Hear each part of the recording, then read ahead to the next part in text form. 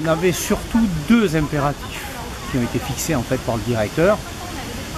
C'est améliorer les conditions de vie de l'animal et la présentation du public. Et le deuxième a été d'améliorer les conditions de travail des soigneurs et surtout le travail en hauteur, parce que jusqu'à présent dans l'ancienne installation, les soigneurs devaient monter tous les jours à 4 mètres ou 5 mètres de haut pour nettoyer les petites cabanes dans lesquelles les petits pandas venaient déféquer. Et donc là, dans la nouvelle installation, ce n'est plus les soigneurs qui montent à la cabane, mais c'est la cabane qui descend au sol pour pouvoir la nettoyer tous les jours. Donc c'est la grosse innovation. Mais au-delà de cet aspect pratique, c'est surtout faire en sorte que les petits pandas aient plus d'éléments structurels pour grimper, plus de parcours.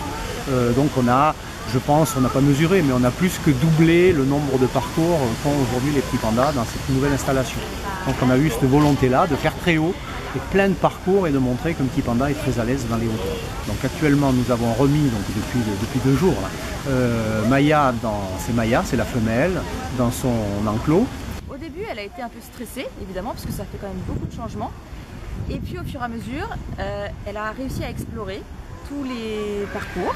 Et maintenant, elle va sans problème aussi bien en hauteur qu'au sol et dans la cabane maintenant, comme vous pouvez le voir. La structure en hauteur, c'est pas un souci. Les pandas sont arboricoles, ils vivent dans les arbres jusqu'à 40 mètres de haut. Donc ici, il n'y a pas de problème, elle risque pas de tomber et elle ne peut pas non plus s'échapper. Parce qu'en fait, même si les structures sont très proches du bord de l'enclos, les pandas ne savent pas sauter. Donc elle ne peut pas s'échapper. Il n'y a aucun risque.